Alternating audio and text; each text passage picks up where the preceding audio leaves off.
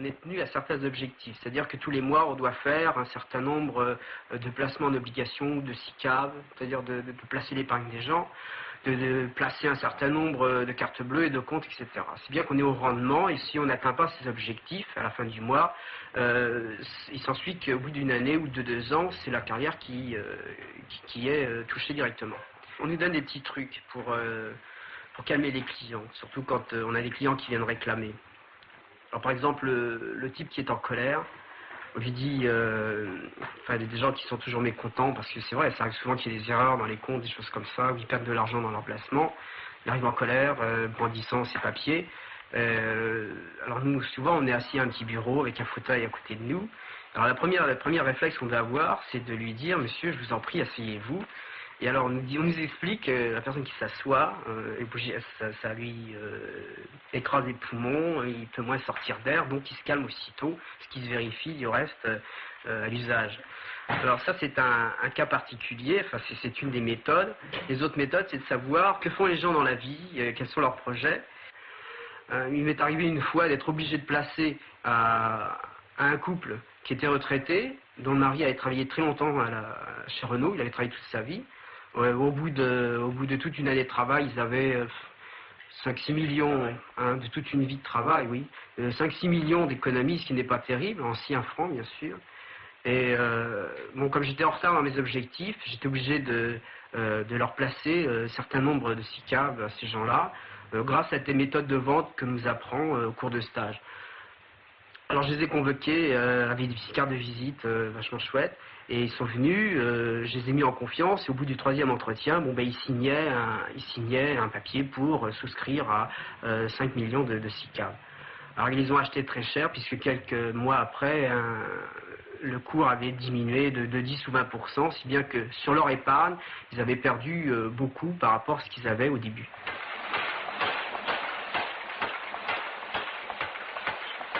Il y a considéré deux sortes de travail en agence. Il y a le travail noble, ceux qui reçoivent les clients, etc. C'est une question de présentation.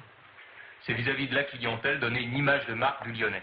Et puis derrière, il y a tout le personnel qui sert d'OS, les comptables, les administratifs. D'abord, ils gagnent moins. Ils ont des conditions de travail qui sont plus pénibles. Ils ont aussi des conditions de vie différentes dans l'agence même. Les gens qui ne font que compter, par exemple, des effets toute la journée, qui ne font que trier des chèques toute la journée, et qui ne savent même pas où vont ces chèques, où vont ces effets, qui ne savent à peine d'où ils arrivent, qui ne sont là que comme un lieu de passage. On réduit des gens à n'être qu'un passage, qu'un maillon, ce qui ressemble finalement à une chaîne d'usine. Il y a beaucoup de femmes qui ont des dépressions nerveuses, des crises de nerfs. Surtout dans les services mécanos. Dans les services mécanographiques, etc. Il n'est pas rare aussi de voir des gens qui au bout de 10 ou 20 ans de travail, ont les colonnes vertébrales déformées, conditions de travail, qui sont très lamentables, quoi. Enfin, c'est vraiment le derrière de la banque, c'est vraiment quelque chose de lamentable. Enfin, c'est des vraies usines à traiter des morceaux de papier à longueur de journée, quoi. C'est comme pour tout, quoi. Il y a que les façades de belles. Et le reste, alors, c'est le caca.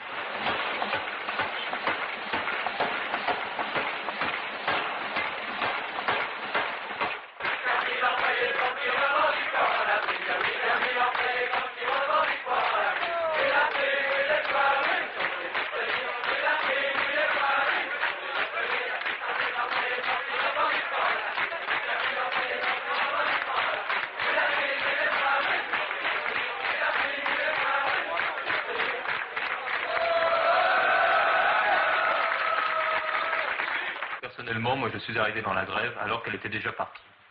Je suis arrivé en cours de route. Chaud, chaud, chaud, les banquiers au chaud. Chaud, chaud, chaud, les banquiers au bien début. Continuons le combat, c'est bien début. Continuons le combat, c'est bien début. Continuons le combat. Ce qui s'est passé, c'est que j'ai entendu d'abord parler de débrayage dans certains services. J'ai entendu parler de grève, mais disons d'une façon lointaine. Et j'ai voulu me rendre compte ce qui se passait réellement. Nous sommes des milliers en grève illimitée, de plus nous sommes des milliers en grève illimitée, et nous tiendrons bon jusqu'à la victoire, et nous tiendrons bon les banquiers des droits. Ce qui m'a permis d'aller une première fois à une assemblée de grévistes déjà, pour voir comment ça se passait, mais je l'ai été vraiment à titre individuel.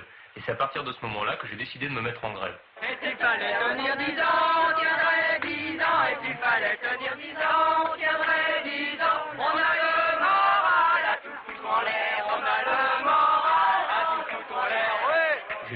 moment-là syndiqué CGT.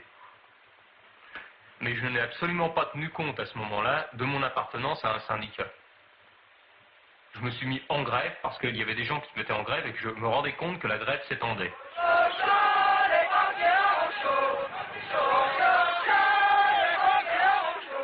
Je suis rentré à ce moment-là dans ce qu'on a appelé les comités de grève.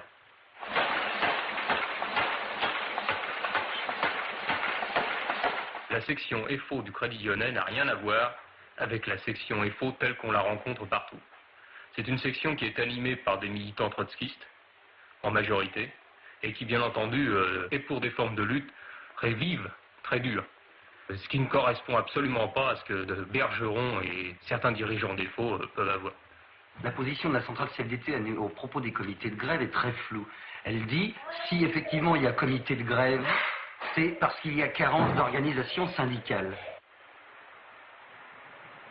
Pour la formation des comités de grève, il y a eu d'abord réunion du personnel et en principe élection de délégués du personnel, mais autres qu'à syndicaux. Parce que la CGT s'en est retirée dès le départ ou a refusé d'y entrer. Au niveau du fonctionnement du comité de grève ou des comités de grève, il y avait de nombreuses commissions qui fonctionnaient, regroupant beaucoup de gens pour qui c'est la première fois où ils se trouvaient affrontés directement avec une action dans la grève, etc., qui découvraient tous les mécanismes de la lutte et de son organisation, etc. En ce qui concerne leur action, il a permis d'inclure dans la grève de nombreux non-syndiqués. Des gens qui peut-être se refusaient à faire partie d'un syndicat, mais qui étaient prêts à suivre les mots d'ordre qu'ils avaient l'impression, et même certainement la réalité, de décider eux-mêmes.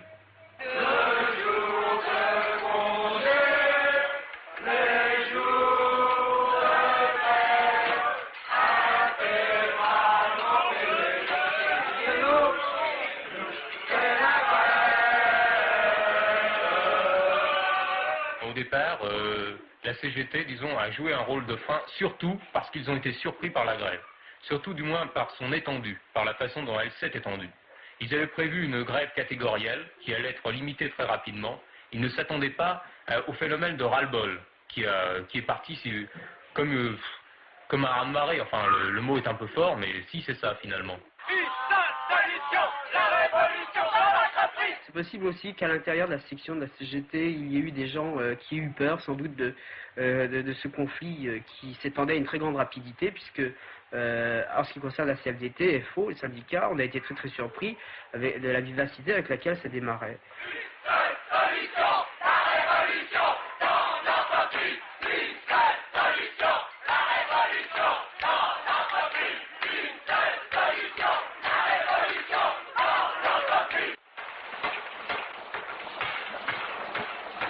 Alors ça a débuté pratiquement, activement, le jeudi 14 et le vendredi 15 février.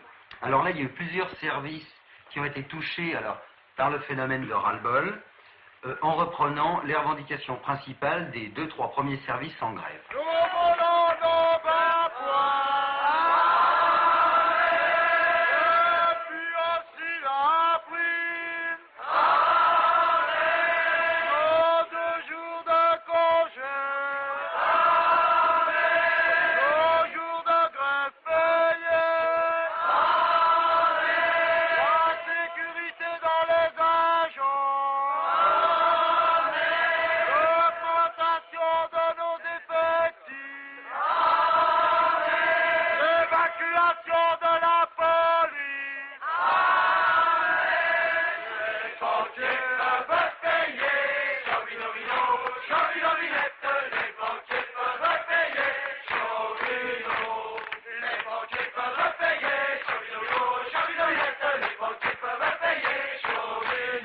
Ensuite, le 28 février, date marquante, il y a eu une décision en Assemblée Générale qui reconduisait donc une grève de 24 heures chaque jour.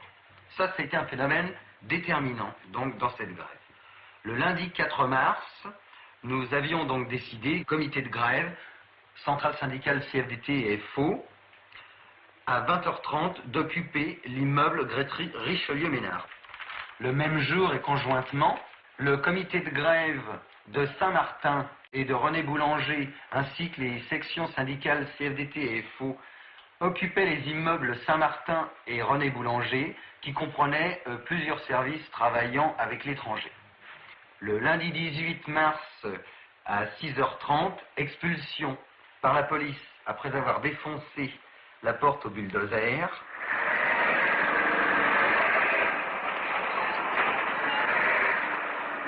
Survient la date fatidique de la mort de Pompidou le 2 avril. Pompidou est mort, notre grève vit encore. Le samedi 6, nous avions préparé le deuxième gala qui s'est déroulé à Porte de la Villette. Le lundi 8, à 6h30, expulsion donc des grévistes à René-Boulanger.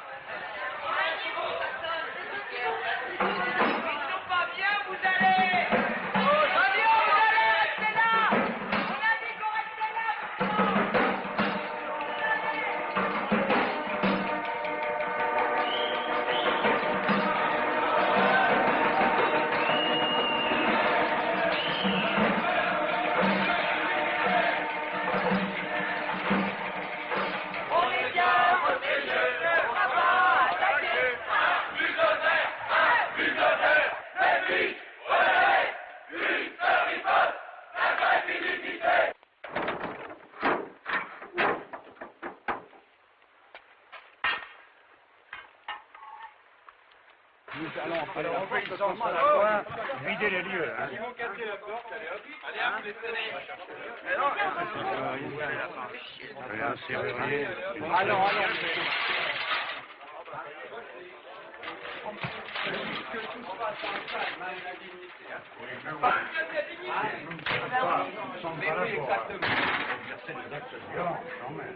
Alors, obéissance à la loi, quittez les lieux, videz les lieux s'il vous plaît. Il n'y a pas eu de violence et je puis vous assurer qu'il n'y aura aucune violence exercée contre vous. Absolument aucune violence. De toute façon, la grève continue. Je n'ai jamais vu continuer le combat avant l'État, les flics et les patrons.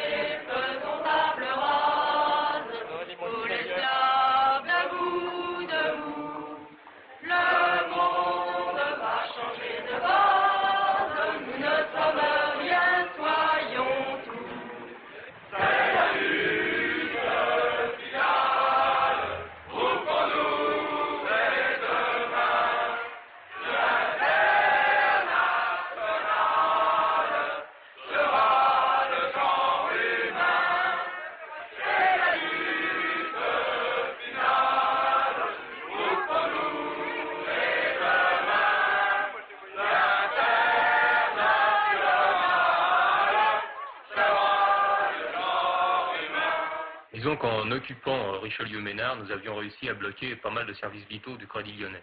À partir du moment où nous avons été évacués, ces services revenaient, disons, à la vie, et il ne fallait à toute force pour que notre grève puisse continuer à avoir un impact qu'on empêche les gens de rentrer. C'est à partir de ce moment-là que l'idée des piquets a été lancée. C'est à partir de ce moment-là qu'il y a eu des piquets de grève.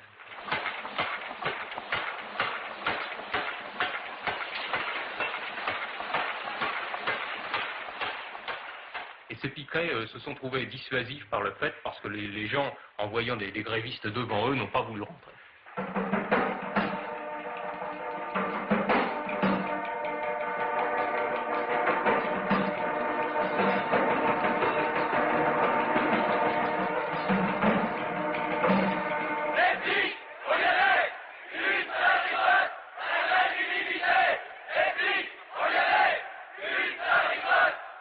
Ensuite, la direction, voyant que ça continuait, a décidé de faire intervenir la police.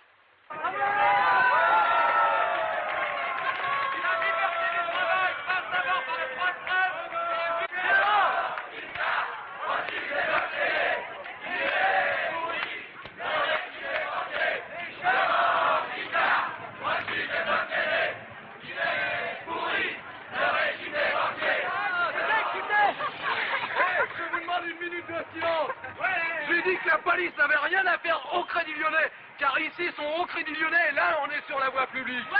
Ils n'avaient pas à nous vider d'ici, ils n'ont pas été appelés. Ils ont été appelés pour retirer les piquets de grève qui se trouvaient sur la voie publique et non au Crédit Lyonnais. Et non au Crédit Lyonnais. C'est la loi. La police, finalement, nous a un peu aidés au départ, parce que les gens, en voyant le durcissement de la direction, n'ont pas attaqué les piquets de grève.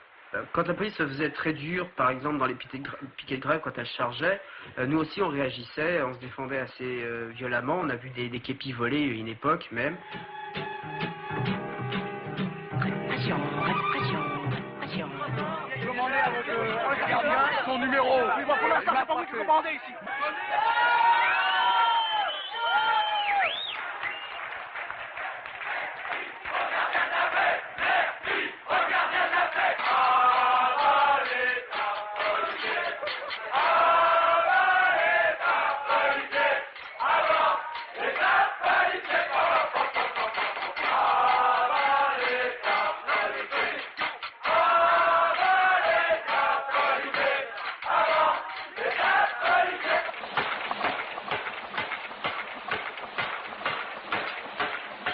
Les cadres, on peut dire qu'ils n'ont pas, mais alors pratiquement pas participé à la grève, bien au contraire, ils ont plutôt participé contre nous à la grève, et même violemment, comme on a pu le voir à certains moments contre les piquets de grève.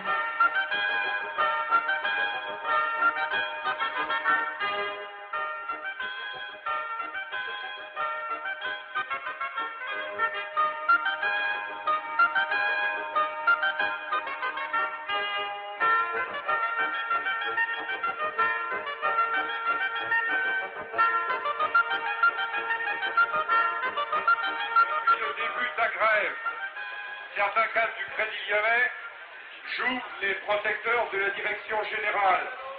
Grand bien leur face. Mais s'ils veulent être logiques avec eux-mêmes, s'ils sont vraiment honnêtes, ils doivent prononcer aux avantages dont ils vont bénéficier et qu'ils ont acquis grâce au crédit. Je veux dire que dans les situations globales, les cadres du Crédit Lyonnais, en 1974, ils vont toucher 1450 francs. Ces 1450 francs, nous les revendiquons.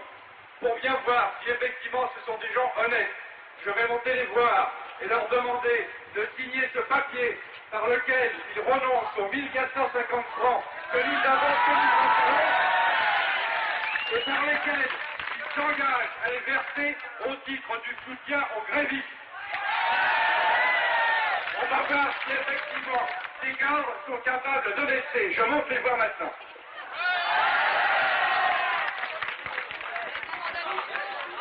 Attention la grille! Il est la grille, les salauds!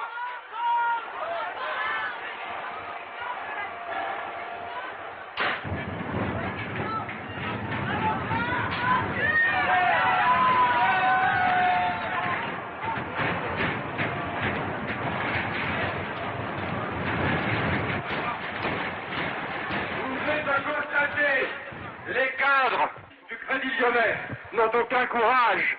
Ils n'osent pas s'engager par ce simple papier. Tout ce qu'ils font, c'est de faire monter un mur blindé. Voilà le courage des cadres du Crédit Lyonnais.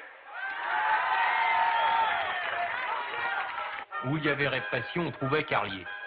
On le trouvait sur tous les lieux, on le voyait au milieu des flics quand ils les arrivaient pour chasser les piquets, on le voyait constamment avec, avec tout ce qui était l'instrument de la répression.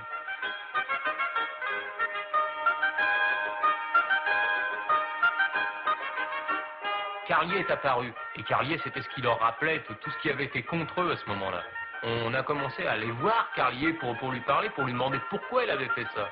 Il est bien certain qu'il est arrivé un moment où des paroles, des questions, on est venu plus ou moins au geste, au lancer de boulettes de pain qui au départ se voulait peut-être même pas agressive, simplement pour lui témoigner à une sorte de mépris.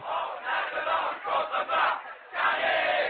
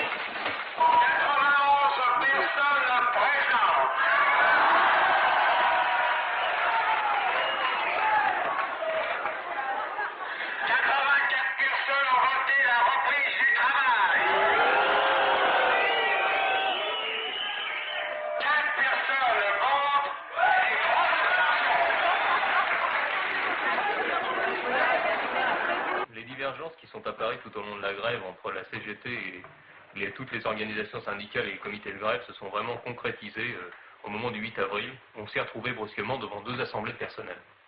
Il y a une assemblée qui réunissait 1500 personnes, qui était désirée par les comités de grève et par les organisations syndicales, hormis la CGT, et une assemblée CGT uniquement, qui comprenait 91 personnes. Cette assemblée a décidé, je parle bien de l'assemblée des 91, de reprendre le travail, alors que les 1500, eux, décidaient la poursuite de la grève.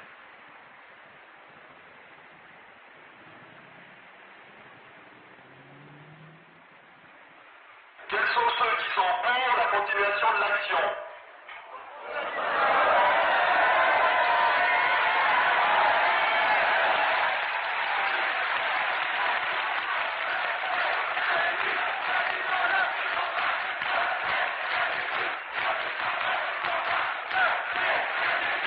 Alors sur environ 1500 personnes, disons pour grosso modo 1500 personnes, il y a 102 contre et 11 abstentions bloquant les deux votes, celui de la CGT et le nôtre. Vous n'êtes pas dans la grève depuis le début, vous perdez rien, bien sûr, vous n'avez pas fait la grève. Ils ont appelé tous les 2 jours à une journée d'action. C'est les gens qui sont en grève illimitée qu'on fait obtenir tout ça. Vous avez le culot des traités de provocateurs. C'est des menteurs en plus. Parce qu'ils disent que la direction va arrêter le paiement des heures de grève en juin, quand la direction l'a dit. Ils ont appelé la reprise du travail à 91 personnes, alors c'était très démocratique, alors que nous, hier matin, on était on était 1200 et on a voté majoritairement la reconduction de la grève. Alors, en perspective de lutte, ça va sûrement être une pétition, je sais pas. Pétition, 1 heure de débrayage de temps en temps, ça doit être ça. Quand j'ai voulu amener une pétition personnelle, le traître, le salaud avait déjà cessé le boulot. Avec ma pétition, j'ai l'air d'un con. Ma mère, avec ma pétition, j'ai l'air d'un con.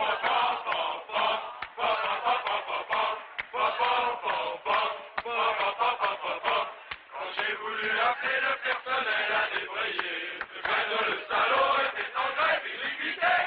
Avec ma débrayage, j'ai l'air d'un con. Ma mère, avec mon débrayage, j'ai l'air d'un con.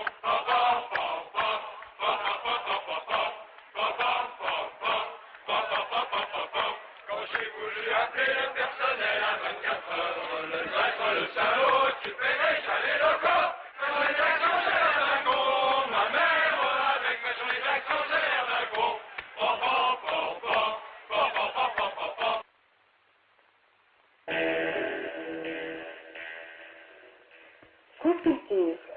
La situation reste confuse aujourd'hui dans le secteur bancaire.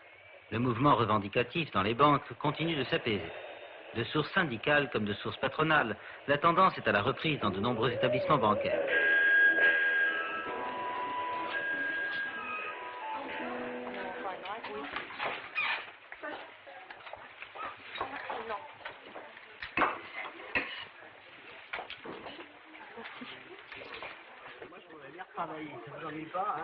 Bah non, mais vous pouvez continuer. Nous, on cherche la concertation avec les Vous pouvez employés. continuer à travailler en bavardant. Non mais franchement je vous comprends pas. On va vous faire travailler dans des endroits qui puent, etc. Et vous allez dire bravo, j'en veux 10 ans de plus. Bah alors là, chapeau. Hein. Ah, franchement chapeau. Hein. Là vous méritez vraiment la médaille du Crédit Lyonnais. Hein. C'est intéressant votre boulot.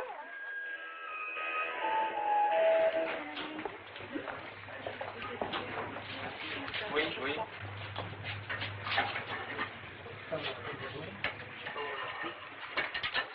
Tous les jours, il y avait une assemblée générale à René Boulanger, et tous les jours, il y avait des actions qui étaient entreprises. Si vous étiez senti un tant soit peu concerné, vous seriez venu ne serait-ce que le matin à 9h30.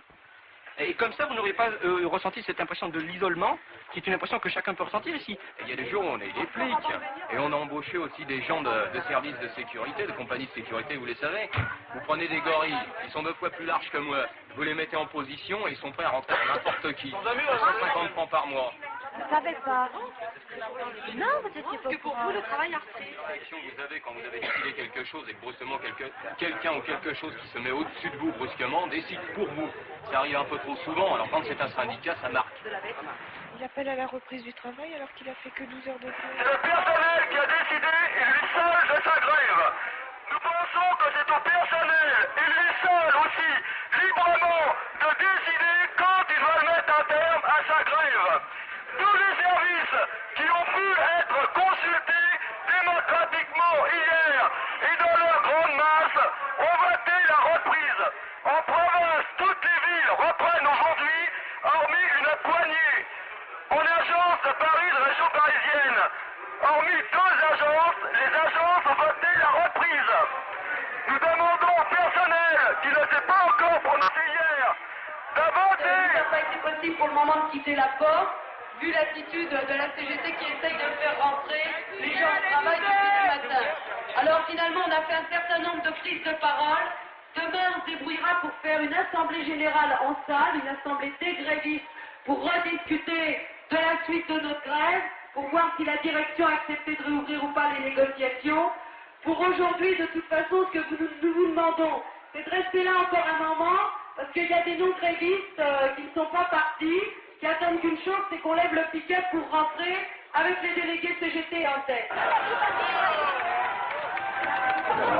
voyons. Bravo les gars. Bravo. Merci hein. J'ai fait 37 grèves, toutes que j'ai fait, c'est ça aussi. J'ai pas parlé de provocateurs.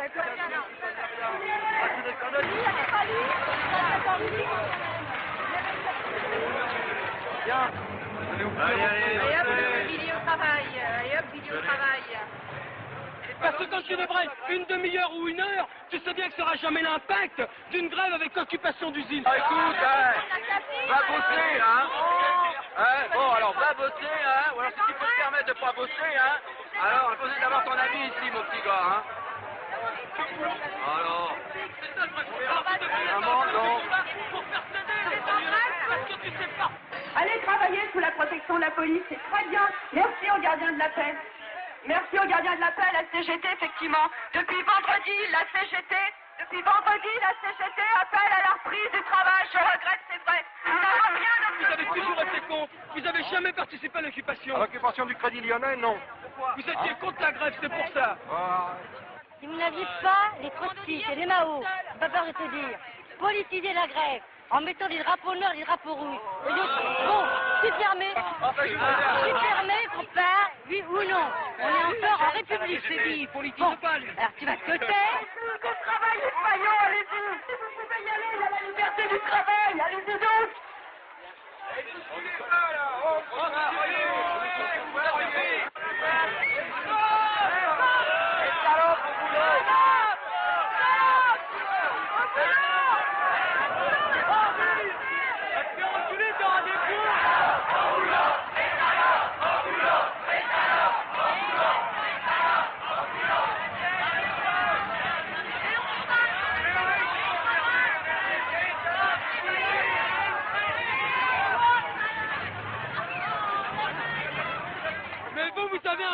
Non seulement vous avez injurié les travailleurs, mais vous les avez trahis depuis le début. S'il y avait eu la CGT, il n'y aurait jamais rien eu.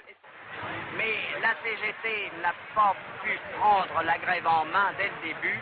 Elle a méconnu le mouvement de grève qui s'est passé dans certains services. Et comme elle n'a pas pu mettre la main dessus tout de suite, elle a contrecarré l'action syndicale.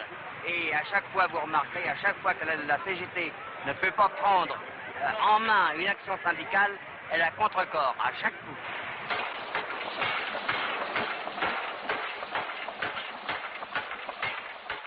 Tous les jours, ça a repris. y compris les gens qui étaient venus voter pour la reprise dans l'Assemblée générale. Alors pour des tas de raisons, à cause de la presse, de la radio, de l'attitude de la CGT, du SNB, chacun pour ses motivations propres, différentes, etc., n'empêche qu'on ne peut pas se masquer les yeux, c'est vrai que ça a repris. Pas des traîtres, des gens qui étaient en grève avec nous depuis le début. Il y en a une qui continue, la CGT, a toujours distribué son venin. Bon, alors ça, je pense que c'est quand même important, même vis-à-vis d'eux, hein, parce qu'ils ont essayé de nous faire reprendre le travail. Si la direction, mardi matin, elle a ouvert les portes, c'est bien par rapport au tract CGT. Moi, je pense qu'il faut absolument demain qu'on laisse parler tout le monde. Justement, c'est le seul moyen d'avoir la garantie que les gens s'expriment. Et les gens qui sont pour reprendre le travail, par exemple, s'expriment et le disent et osent le dire. Parce que c'est vrai que pour parler devant 1300 personnes, il faut avoir un certain courage. Et surtout dire, par exemple, que mardi, on prendra le travail, il faut avoir du courage. Donc il faut que ces gens-là le disent, puissent s'exprimer. Et c'est que comme ça qu'on pourra éviter, finalement, avoir une position commune et éviter que mardi, on reprenne en ordre dispersé. David, je crois que même si on rentre chacun dans notre coin, c'est justement à nous d'imposer justement qu'on n'ait pas des robots sur les mains. Comme ça, même à la comptabilité. Je sais que dans la comptabilité des agences, c'est comme ça. Et justement, cette grève a apporté quelque chose de différent. C'est qu'à la rentrée, il ne faut plus que ce soit comme ça, justement. Je crois qu'il faut qu'on soit tous conscients de ça et faire un effort là-dessus. Et c'est vrai qu'il va falloir savoir imposer que les choses ne sont plus comme elles étaient avant. Et ça, effectivement, c'est beaucoup plus difficile, beaucoup plus dur. Mais il faut qu'on s'en persuade. La grève, à la limite, c'est presque plus facile, ça fera peut-être bondir, mais c'est presque plus facile que le boulot obscur en agence, que la résistance obscure en agence. Mais il faut s'en persuader, il faut se dire que on n'est pas les seuls à faire ce boulot de sape, en quelque sorte, de sape de l'autorité des patrons et de toutes leurs conneries qu'ils veulent nous imposer. Il faut bien qu'on se dise que tous les gens qui ont été dans la grève, ils font le même travail, et que le travail, tôt ou tard, il finira par payer. Nous avons obtenu 448 francs, 20 points, un jour de congé supplémentaire et 64% des heures de grève payées. Quels sont ceux qui sont pour continuer la grève la semaine prochaine?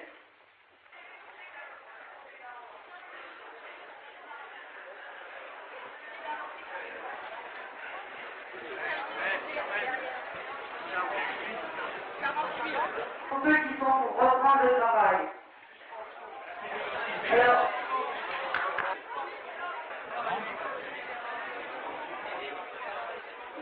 et on aboutit donc sur un total de 644 votes exprimés, 409 pour reprendre le travail, 224 pour continuer la grève et 11 abstentions. Donc je crois que, comme on l'avait dit au début, on avait dit si la reprise du travail est votée, il faut qu'on reprenne tous ensemble. Je pense que bien sûr les 224 camarades qui ont voté pour continuer préfèrent reprendre avec les autres, tous ensemble, la tête haute en tirant le bilan de notre grève, que de rester à une toute petite minorité en grève.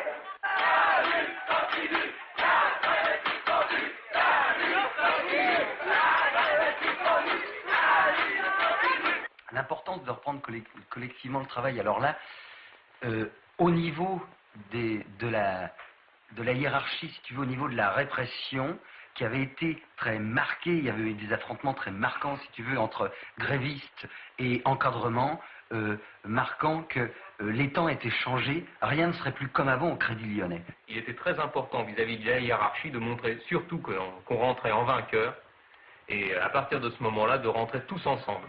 Ça montrait que finalement notre influx n'était pas tombé et qu'on était toujours prêts.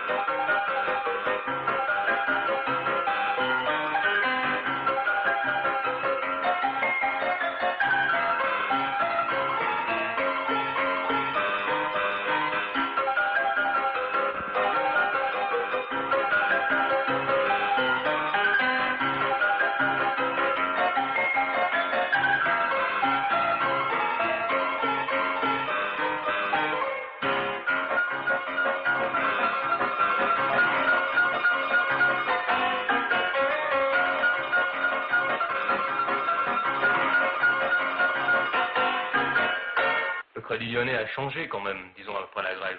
Si bien que on sent les gens beaucoup plus prêts à faire part de leurs problèmes et à se battre pour leurs problèmes, pour la résolution des problèmes. Nous reprendrons le travail mercredi 17 avril, conformément à ce qui a été voté majoritairement vendredi 12 avril à l'Assemblée générale des grévistes.